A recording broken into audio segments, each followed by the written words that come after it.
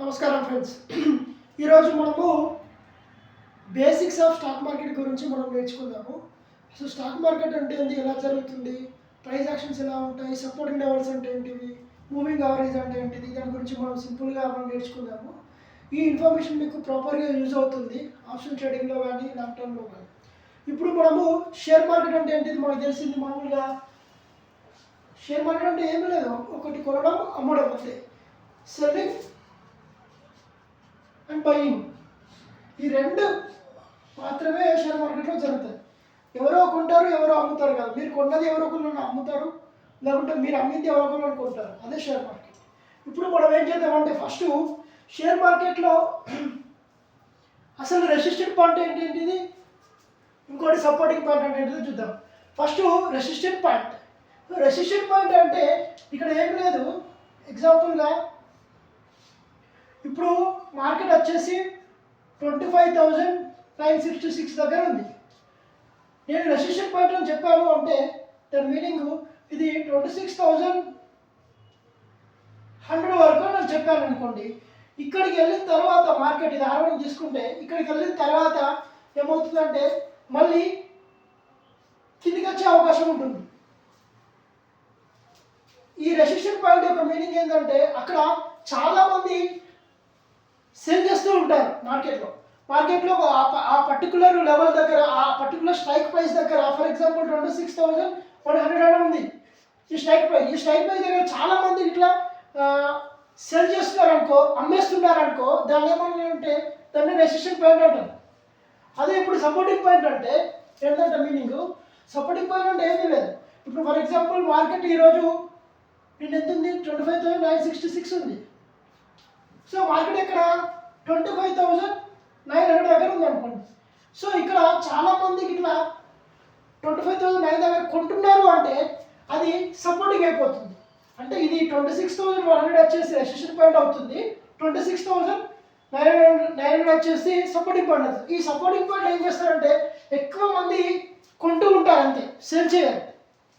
అదే difference. Resistant point అంటే ఆ పాయింట్ దగ్గర చాలా మంది అమ్మేస్తుంటారు.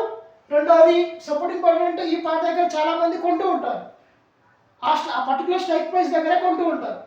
ఇదే రెసిస్టెంట్ పాయింట్, ఇదే సపోర్టింగ్ పాయింట్ అంటారు. ఇప్పుడు మనము ఇంకొకటి ఏంటంటే ఈఎంఏ అంటే ఏంటిది, ఎస్ఎంఏ అంటే ఏంటిది అని చూద్దాము.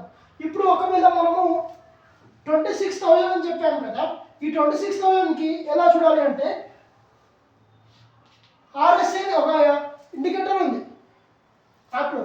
ఈ ఆర్ఎస్ఐ అంటే ఏంటంటే ఇందులో 0 నుండి 100% వరకు ఉంటుంది, 0 నుంచి 100% వరకు ఉంటుంది. సో ఈ ఆర్ఎస్ఐ ఎలా ఈ మూవింగ్ యావరేజ్గా డిసైడ్ చేస్తుంది అంటే ఇప్పుడు ఈఎంఐ వచ్చేసి change the price entry day, అంటే ప్రతిరోజు మూవింగ్ యావరేజ్ ఏమవుతుందంటే చేంజ్ అవుతూ ఉంటుంది ప్రైస్. ప్రతి మార్నింగ్ ఫర్ ఎగ్జాంపుల్ 100 రూపీస్కి ఓపెన్ అయిందంటే ఈవినింగ్ వచ్చేసరికి 110 వరకు క్లోజ్ అవుతుంది. అంటే ప్రతి డేని చేంజ్ చేసేది ఈ moving average. Smooth simple moving average అంటే ఇది లాంగ్ టర్మ్లో యూజ్ అవుతుంది. ఇక్కడ ఎప్పుడైనా సరే మనం ఈ ఆర్ఎస్ఐలో 20% కంటే పైన ఉంది అంటే మనము అది అప్ సైడ్ వెళ్తుంది, అంటే అది పెరిగే ఛాన్సెస్ ఉంది. ఆ పర్టికులర్ డేలో ఆ పర్టికులర్ కంపెనీ యొక్క స్టాక్ ప్రైస్ అనేది పెరిగే ఛాన్సెస్ ఉంది అని మీనింగ్. ఒకవేళ 20% కంటే తక్కువ అవుతుంది అంటే అది స్లోగా ప్రైస్ అనేది డౌన్ అవుతుంది అని దాని మీనింగ్. సో ఇది మీకు యూజ్ అవుతుంది ఆప్షన్స్ చేసినప్పుడు. ఇప్పుడు రెండోది ఏంటంటే ఎప్పుడైతే మార్కెట్ ఈ 100 to 100% అని చెప్పాను కదా, ఇందులో 20% కంటే పైన ఉంది అనుకో మార్కెట్ స్లోగా పైకి వెళ్తుంది అని మీనింగ్. ఒకవేళ అది క్రాస్ అయ్యి 50% క్రాస్ అయింది అంటే అది ఇంకా పైకి వెళ్తుంది అని మీనింగ్. మ్యాక్సిమం 80 వరకు వెళ్తుంది. సో 80 కూడా క్రాస్ అవుతుంది అంటే అక్కడ చాలా మంది బయర్స్ ఉన్నారని మీనింగ్. ఎప్పుడో ఒకప్పుడు 80 దాటిన తర్వాత సడన్గా పడిపోయే ఛాన్సెస్ ఉంటుంది. సో అందుకే ఈ ఆర్ఎస్ఐకి ఏం చెప్తుంది అంటే ఈ స్ట్రైక్ ప్రైజెస్ అనేది పెరుగుతుందా తగ్గుతుందా అనేది మీరు చెక్ చేయొచ్చు ఈ ఆర్ఎస్ఐ ఇండికేటర్ తోటి. ఇప్పుడు మనం ఏం చేద్దామంటే సైడ్ వే ఎలా వెళ్తుంది మార్కెట్ అనేది చూద్దాం. దేని బేస్ మీద, ఆర్ఎస్ఐ మీద, రెసిస్టెంట్ ఇప్పుడు ఎప్పుడైతే మార్కెట్ అనేది 40 to 60% మధ్యలోనే మూవ్ అవుతుంది అంటే దాదాపుగా అది సైడ్ వేలో వెళ్తుందని మీనింగ్. మార్కెట్ 40 to 60% మధ్యలో వెళ్తుంది అంటే అది సైడ్ వేలో వెళ్తుందని మూమెంట్. ఇప్పుడు మనం మార్కెట్లో చూసుకోవాల్సిన సింపుల్ చెక్ లిస్ట్ గురించి ఒకటి చెప్తాను. ఫస్ట్ మీరు ఏం చెక్ చేయాలంటే మార్నింగ్ ఈ ప్రైస్ ఈఎంఐ ఎంత ఉంది చెక్ చేసుకోవాలి. తర్వాత వాల్యూమ్ సపోర్ట్ ఎలా ఉందో చూడాలి. మార్కెట్ ట్రెండ్ ఎలా ఉందో చూడాలి. అంటే మార్కెట్ ట్రెండ్ అంటే మీనింగ్ ఏంటంటే అది అప్ సైడ్ డైరెక్షన్లో వెళ్తుందా డౌన్ సైడ్ డైరెక్షన్లో వెళ్తుందా ఫస్ట్ అబ్జర్వ్ చేయాలి. తర్వాత వాల్యూమ్ సపోర్ట్ అంటే ఏంటంటే మనము ఒకవేళ ఆప్షన్స్ చేస్తే ఫర్ ఎగ్జాంపుల్ 26,100 దగ్గర మీరు కాలం తీసుకున్నారనుకోండి, అంటే పెరుగుతుందని కొన్నారనుకోండి, ఇక్కడ చాలా మంది ఎంతమంది percentage for example 1 crore peoples ఉంటే ఈ 1 crore పీపుల్స్ అనేది ఏమవుతుందంటే మూవింగ్ సపోర్టింగ్ అవుతుంది, వాల్యూమ్ సపోర్ట్ అవుతుంది.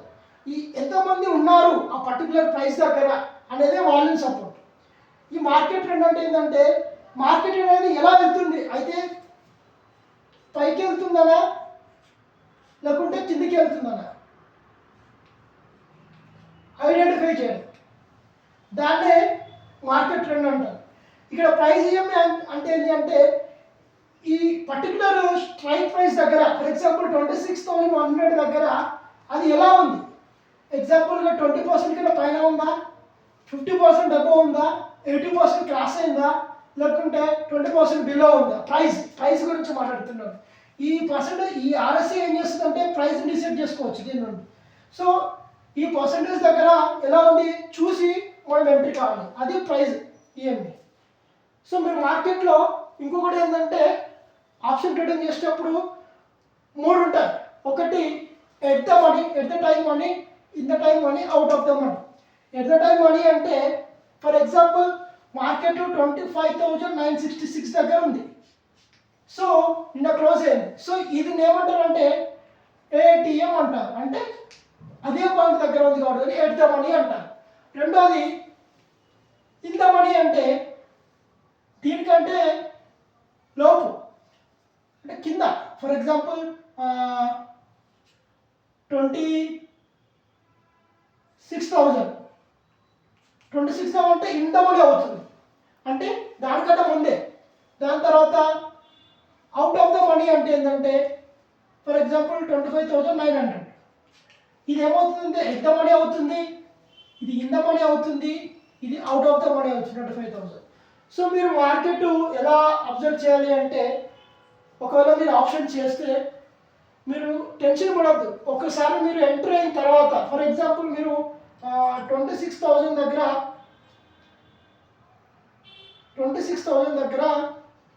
మీరు కాల్ సైడ్ ఎంటర్ చేశారనుకోండి. ఎంటర్ అయిన తర్వాత ఏంటంటే ఒకవేళ క్యాండిల్ కిందికి రాగానే వెంటనే ఎగ్జిట్ కావద్దు. సో మీరు ఏం చేయాలంటే అప్రాక్సిమేట్గా ఈ ఇండికేటర్స్ టైమింగ్స్ మీరు ఈ క్యాండిల్ స్టిక్స్ని ఏం చేయాలంటే టైం సెట్ చేసుకోవాలి. 5 minutes to 15 minutes, అంటే 5 minutes ఒక క్యాండిల్ చెక్ చేయాలి, 15 minutes క్యాండిల్ చెక్ చేయాలి. ఎప్పుడైతే మీరు 15 minutes క్యాండిల్ మీరు అనుకున్న వ్యూలో మీరు కొన్న తర్వాత 26,000 దగ్గర మీరు కొంటారు కదా ప్రైస్. సో ఈ ప్రైస్ దగ్గర కొన్న తర్వాత ఒక 15 minutes వరకు మీరు వెయిట్ చేయండి. ఆ వెయిట్ చేసిన తర్వాత మీరు అనుకున్న డైరెక్షన్లో ఉంది అంటే మీరు ఏం చేయాలంటే వెయిట్ చేయాలి. సో ఒకవేళ 15 minutes తర్వాత మ్యాక్సిమం ఒక 20 minutes వరకు కూడా మార్కెట్ మీరు అనుకున్న వేలు వెళ్తలేదు అంటే మీరు ఏం చేయాలంటే డైరెక్ట్గా ఎగ్జిట్ కావాలి. ఎందుకంటే అసలు ఈ షేర్ మార్కెట్లో మేజర్గా మనం ఏం చేయాలంటే నేర్చుకోవాల్సింది మనం ఎంత సంపాదిస్తుందని కాదు, మన క్యాపిటల్. ఫర్ ఎగ్జాంపుల్ మన క్యాపిటల్ 1 lakh ఉందనుకోండి, ఈ 1 lakhని ఫస్ట్ ముందు సేవ్ చేయడం నేర్చుకోవాలి. ఇది మీరు 100%గా మెయింటైన్ చేస్తూ దీన్ని 1 lakh మెయింటైన్ చేయగలుగుతున్నారు అంటే మీరు ప్రాపర్గా ట్రేడింగ్ చేస్తున్నట్టు. ఒకటే రోజు 20K లాస్ అవ్వడము, ఒకరోజు 30K రావడము, ఒకరోజు 50K పోగొట్టుకోవడము, ఇలా చేస్తే మీకు ప్రాపర్గా నాలెడ్జ్ ఇంకా లేదు అని మీనింగ్. సో మీరు ఏం చేయాలంటే అన్నిటికంటే ఇంపార్టెంట్ ఏంటంటే ఈ స్టాక్ మార్కెట్లో మన సైకాలజీ అనేది చాలా ఇంపార్టెంట్. ఫర్ ఎగ్జాంపుల్ ఈరోజు మీరు ఒక ట్రేడ్ చేశారు, రేపు ఫర్ ఎగ్జాంపుల్ మండే రోజు ఫాస్ట్ వచ్చే అవకాశం ఉంది కాబట్టి ఫర్ ఎగ్జాంపుల్ 26,000 దగ్గర ఒక ట్రేడ్ చేశారు. ఎన్ని లాట్స్ తీసుకున్నారు? ఒక 2 లాట్స్ తీసుకున్నారు అనుకోండి. 2 లాట్స్లో మీకు ఒక 3K వచ్చింది. ఎన్ని మినిట్స్లో? ఒక 10 మినిట్స్లో వచ్చింది అనుకోండి. మీరు ప్రాపర్గా ట్రేడ్ చేస్తారు, మీకు చాలా నాలెడ్జ్ ఉంది. సో మీకు 10 మినిట్స్లో 3K వచ్చింది. సో మీరు ఇప్పుడు ఏం చేయాలంటే సైకాలజీ ప్రకారంగా ఈ 3K వచ్చిన తర్వాత వెంటనే ఎగ్జిట్ అవ్వాలా లేకపోతే వెయిట్ చేయాలా అనేది ఫస్ట్ అనాలిసిస్ చేయాలి. ఎలా చేయాలి? సో ఇప్పుడు మనం తీసుకున్న తర్వాత ఏంటంటే మార్కెట్ పైకి వెళ్ళే ఛాన్సెస్ ఉందా లేదా? ఒకవేళ లేదు అని మీకు అనిపిస్తే 3K దగ్గరనే ఏంటంటే ఎగ్జిట్ అయిపోవాలి. లేదు 3K వచ్చింది, నాకు ఇంకొక 15K వరకు కూడా వస్తుంది మార్కెట్, నేను ఇంకో సాయంత్రం వరకు వెయిట్ చేస్తాను క్లోజ్ అయ్యే వరకు అనుకుంటే మార్కెట్ ఏమవుతుందంటే మీరు చూడనప్పుడు ఏమవుతుందంటే మొత్తం రివర్స్ అవుతుంది. మీరు పెట్టిన ఈ 20K వచ్చేసి డైరెక్ట్గా -10K పడిపోతుంది. సో అప్పుడు మీరు వెంటనే భయపడి ఏం చేస్తారంటే సరే నేను అనుకున్నట్టు రాలేదే మార్కెట్ అని చెప్పేసి వెంటనే ఈ 10K దగ్గర ఎగ్జిట్ అయిపోతారు. మీరు మార్కెట్ స్టార్ట్ చేసినప్పుడు ఎంత ఉంటే విత్ ఇన్ 10 మినిట్స్లో మీకు 3K వచ్చింది. కానీ మీ మైండ్ ఏం చెప్తుంది అంటే లేదు ఇంకా 3K కాదు, నాకు 10K వరకు వస్తుంది అని వెయిట్ చేస్తారు. సో ప్రాపర్గా నాలెడ్జ్ లేనప్పుడు ఏం జరుగుతుందంటే ఈ 3K వచ్చేసి -10Kకి వెళ్ళిపోతుంది. ఈ -10K రాగానే ఇంకా మార్కెట్ ఎలా పడిపోతుందన్న భయంలో సో వెంటనే ఎగ్జిట్ కొట్టేస్తారు. ఇలా చేయడం వల్ల ఏమవుతుందంటే మీరు అన్నెసెసరీగా మీ క్యాపిటల్ అనేది పూర్తిగా లాస్ అవుతారు. సో మీరు రోజు ఏం చేయాలి అంటే మీరు మీ అకౌంట్లో ఫర్ ఎగ్జాంపుల్ 1 lakh ఉంది అంటే ఈ 1 lakhని ఎలా సేవ్ చేయాలని మాత్రమే ఆలోచించాలి. స్టాక్ మార్కెట్లో ఎప్పుడు కూడా ప్రాఫిట్స్ పైన ఫోకస్ చేయకూడదు. ఓన్లీ మీ క్యాపిటల్ పైన ఫోకస్ చేయాలి. మీ క్యాపిటల్ ఎంత భద్రంగా ఉంది అంటే మీరు అంత ప్రాపర్గా ట్రేడ్ చేస్తున్నట్టు. ఈరోజు ఒక ట్రేడ్ ఫర్ ఎగ్జాంపుల్ రేపు మండే కదా, రేపు ఎవరైనా ఆప్షన్ చేసినప్పుడు ఒకవేళ 5K పోయింది అనుకోండి, డోంట్ వరీ. లేకుంటే ఒక 10K వచ్చే ఒక స్ట్రైక్ ప్రైస్ మీరు మిస్ అయ్యారనుకోండి, డోంట్ వరీ. ఎందుకంటే మీకు మార్కెట్ రేపు ఎండ్ కాదు కాబట్టి మార్కెట్ ఎప్పుడు ఉంటూనే ఉంటుంది. సో అందుకని మీరు ఏం చేయాలంటే ఎక్కువ ఫోకస్ వచ్చేసి మీ క్యాపిటల్ పైనే ఫోకస్ చేయాలి. మీ క్యాపిటల్ ఎంత ప్రాపర్గా మీరు మెయింటైన్ చేయగలిగితే మీకు అంత ప్రాఫిట్స్ ముందు వస్తాయి. ఇప్పుడు నేను ఏం చెప్పానంటే సింపుల్గా చెప్తాను. నేను రోజు ఏం చేస్తానంటే morning resistant point supporting points గురించి ఎక్స్ప్లెయిన్ చేస్తాను. సో ఈ రెసిస్టెంట్ పాయింట్ అంటే ఏంటో మీకు ఈ సింపుల్గా చెప్పాను. రెసిస్టెంట్ పాయింట్ అంటే ఇక్కడ ఎక్కువ మంది అమ్మేస్తారు అని మీనింగ్ ఆ స్ట్రైక్ ప్రైస్ దగ్గర. సపోర్టింగ్ పాయింట్ ఏంటంటే ఇక్కడ ఎక్కువ మంది కొంటారు అని మీనింగ్. ఈఎంఏ అంటే ఏంటంటే ఈ ఈఎంఏ గురించి ఏం చేయాలంటే ఈ మూవింగ్ యావరేజ్ అంటే ఏంటంటే సింపుల్గా ఆ పర్టికులర్ స్ట్రైక్ ప్రైస్ వచ్చేసి ఎంత ప్రైస్లో ఉంది, అక్కడ ఎంతమంది పార్టిసిపేట్ చేస్తున్నారు, ఎంతమంది సెల్ చేస్తున్నారు, ఎంతమంది అమ్ముతున్నారు అనే ఇన్ఫర్మేషన్ని ఇక్కడ తీసుకోవచ్చు. ఇక్కడ ఆర్ఎస్ఐ ఏం చేయొచ్చు అంటే ఈ ఆర్ఎస్ఐని బట్టి మనము అది మార్కెట్ అనేది పాజిటివ్లోకి వెళ్ళే ఛాన్సెస్ ఉందా లేకుంటే నెగిటివ్లోకి వెళ్ళే ఛాన్సెస్ ఉందా సైడ్వేలోకి వెళ్ళే ఛాన్సెస్ ఉందా అనే ఇన్ఫర్మేషన్ని మీరు ఇక్కడ గెయిన్ చేయొచ్చు. సో మీరు మార్కెట్లో ఒకవేళ 20% కంటే తక్కువ ఉంది అంటే ఇది డౌన్ సైడ్ వెళ్తుందని ఇండికేషన్ ఇస్తుంది ఆర్ఎస్ఐ. ఒకవేళ మార్కెట్ 20 క్రాస్ అవుతుంది, 50 కూడా క్రాస్ అవుతుంది అంటే 50 అబౌవ్ మెయింటైన్ అవుతుంది అంటే మార్కెట్ అనేది పెరుగుతుంది దాని మీనింగ్. ఒకవేళ మార్కెట్ వచ్చేసి పర్టికులర్ పర్సంటేజ్లో 40 to 60% ఆర్ 30 to 70% ఈ మధ్యలోనే ఉంది అంటే మార్కెట్లో ఎలాంటి మూమెంట్ లేదు అని మీనింగ్. అంటే అది మొత్తం సైడ్గా వెళ్తుందని మీనింగ్. సో మీరు ఏం చేయాలంటే మార్కెట్ ఓపెన్ తర్వాత బిఫోర్ మార్కెటింగ్ చేసే ముందు అట్లీస్ట్ ఒక 10 minutes వరకు ప్రశాంతంగా ఆలోచించండి. సో మార్కెట్ పైకి వెళ్తుందా కిందికి వెళ్తుందా అని. పైకి వెళ్తున్న తర్వాత అది ఎలా చేయాలంటే మీరు ఆర్ఎస్ఐని మెయింటైన్ చేయండి, మూవింగ్ యావరేజ్ని మెయింటైన్ చేయండి. తర్వాత నేను చెప్తున్న రెసిస్టెంట్ పాయింట్ సపోర్టింగ్ పాయింట్స్ కూడా చూడండి. ఒకవేళ ఇంకొకటి ఏంటంటే నేను రోజు మార్నింగ్ చెప్తాను R1 R2 S1 S2 అని చెప్తాను. అంటే resistant point 1 resistant point 2 supporting 1 and supporting 2 అని చెప్తాను. అండ్ సపోర్టింగ్ 3 అండ్ రెసిస్టెన్స్ 3 కూడా చెప్తాను. సో మీరు ఒకవేళ మార్కెట్ ఫస్ట్ రెసిస్టెన్స్ పాయింట్కి ఇట్లా వెళ్ళింది అంటే నెక్స్ట్ సపోర్టింగ్ వచ్చేసి ఇదే అవుతుంది. ఇప్పుడు R1 ఒకటి మార్కెట్ ఫర్ ఎగ్జాంపుల్గా నేను ఒకటి మీకు ఎక్స్ప్లెయిన్ చేస్తాను సింపుల్గా. రేపు ఈరోజు మార్కెట్ ఎంత క్లోజ్ అయింది? 25,966 క్లోజ్ అయింది. సో రెసిస్టెన్స్ 1 నేను ఏమి ఇచ్చాను? 26,000 ఇచ్చాను అనుకోండి.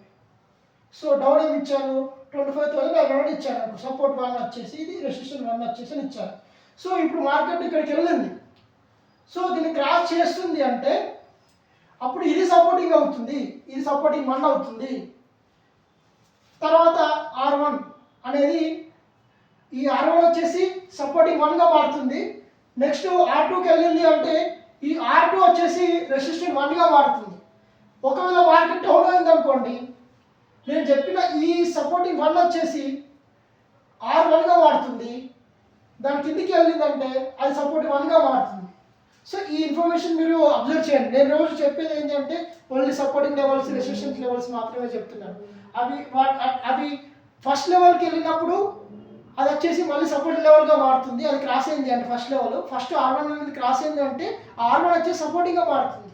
ఒకవేళ R1 నుండి R2 వెళ్ళింది, R2 కూడా క్రాస్ అవుతుంది అంటే R1 వచ్చేసి సపోర్టింగ్ 1 అవుతుంది, R2 వచ్చేసి సపోర్టింగ్ 2 అవుతుంది. దానిపైన మళ్ళీ R1లోకి వెళ్ళిపోతుంది. సో మీరు అది అబ్జర్వ్ చేయండి. సో మార్కెట్లో డబ్బులు సంపాదించడము అందరూ ఏం చెప్తారంటే చాలా కష్టం, అసలు మార్కెట్లో డబ్బులే సంపాదించలేము అనే విషయం చాలామంది చెప్తుంటారు. మార్కెట్లో ఎందుకు మనం డబ్బులు సంపాదించలేకపోతున్నాం అంటే మేజర్గా ప్రాబ్లం వచ్చేసి మన సైకాలజీ సరిగ్గా లేదు. ఎవరైతే సైకాలజీ ప్రాపర్గా ఉండి దాన్ని స్టేబుల్గా మెయింటైన్ చేయగలుగుతారో, ఒకరోజు 30K వచ్చేసిందని చెప్పేసి నెక్స్ట్ డే వచ్చేసి ఒకటేసారి 10 లాస్ తీసుకోవడము అలా చేస్తారో వాళ్ళు మాత్రమే నష్టపోతారు. మిగిలిన వాళ్ళందరూ నష్టపోయే అవకాశం చాలా తక్కువ ఉంటుంది. కానీ మార్కెట్ ప్రకారం ఏంటంటే 95 to 96% మంది లాస్లోనే ఉంటున్నారు. ఎందుకంటే చాలామందికి ప్రాపర్గా డిసిప్లిన్ ఉండట్లేదు. మీరు మార్కెట్లో డబ్బులు సంపాదించడం డిసిప్లిన్ అనేది చాలా ఇంపార్టెంట్. డిసిప్లిన్ అంటే ఏమీ లేదు. ఫర్ ఎగ్జాంపుల్ ఈరోజు నాకు ఒక 10K వచ్చింది అంటే 10,000 రూపీస్ నేను ప్రాఫిట్ చేశాను అంటే ఆ రోజున మనం మార్కెట్ ఆపేయాలి. మీరు ఏం చేయండి అంటే ఫస్ట్ వీక్ వచ్చేసి ఒక 2K వరకు నేను సంపాదించాలి అనే టార్గెట్ పెట్టుకోండి. ఇది రీచ్ అవుతున్నారు అంటే సో ఫస్ట్ వీక్ ట్రైల్లో మీరు 2K వచ్చింది, సో సెకండ్ వీక్ ట్రైల్ కూడా మళ్ళీ ట్రై చేయండి. మళ్ళీ 2K డైలీ మీరు చేయగలుగుతున్నారంటే సో మీరు 2Kని రీచ్ అవుతున్నారు. సో కాబట్టి మీ స్లోగా మీ డిసిప్లిన్ అనేది మెయింటైన్ చేస్తురండి. సో నెక్స్ట్ థర్డ్ వీక్లో 5Kకి టార్గెట్ పెట్టుకోండి. ఈ 5K కూడా మీరు స్లోగా రీచ్ అవుతూ స్లోగా నేర్చుకుంటున్నారు, స్లోగా వెళ్తున్నారు అంటే సో అప్పుడు మీరు 10Kకి వెళ్ళిపోండి. సో ఈ 2K వచ్చేసి ఎన్ని లాట్స్లో తీస్తున్నారు? 1 లాట్లో తీస్తున్నారా, 2 లాట్స్లో తీస్తున్నారా, 10 లాట్స్లో తీస్తున్నారా అన్నది కూడా మీరు అబ్జర్వ్ చేయండి. మీరు ఎంత డిసిప్లిన్గా మార్కెట్లో మీరు ఉంటే మీ క్యాపిటల్ని మీరు ఎంత ప్రాపర్గా సేవ్ చేసుకుంటూ ప్రాఫిట్ పైన దృష్టి పెట్టకుండా ఓల్డ్ మీరు క్యాపిటల్ పైన సేవ్ చేస్తుంటారో వాళ్ళు మాత్రమే సక్సెస్ఫుల్ ట్రేడర్గా అవుతారు. సో ఈ ఇన్ఫర్మేషన్ అంతా మీకు బేసిక్ నాలెడ్జ్, ఈ బేసిక్ నాలెడ్జ్ మీకు యూజ్ అవుతుంది అనుకుంటున్నాను. సో నేను పెట్టే ప్రతి వీడియోకి మీకు ఏమైనా యూజ్ అవుతుంది అనుకుంటే లైక్ చేయండి. ఒకవేళ సజెషన్ ఇవ్వాలనుకున్నా కూడా కామెంట్ బాక్స్లో సజెస్ట్ చేయండి. ఒకవేళ నేను ఎలా ఏమైనా ఇంప్రూవ్ చేసినా ఏదైనా రాంగ్ చేసినా కూడా నాకు సజెస్ట్ చేయండి. నేను బాగా నేర్చుకొని అంటే నేను ఇంకా దాని గురించి ఇంకా ఇన్ డీటెయిల్గా చెప్పడానికి అవకాశం ఉంటుంది. Thanks friends.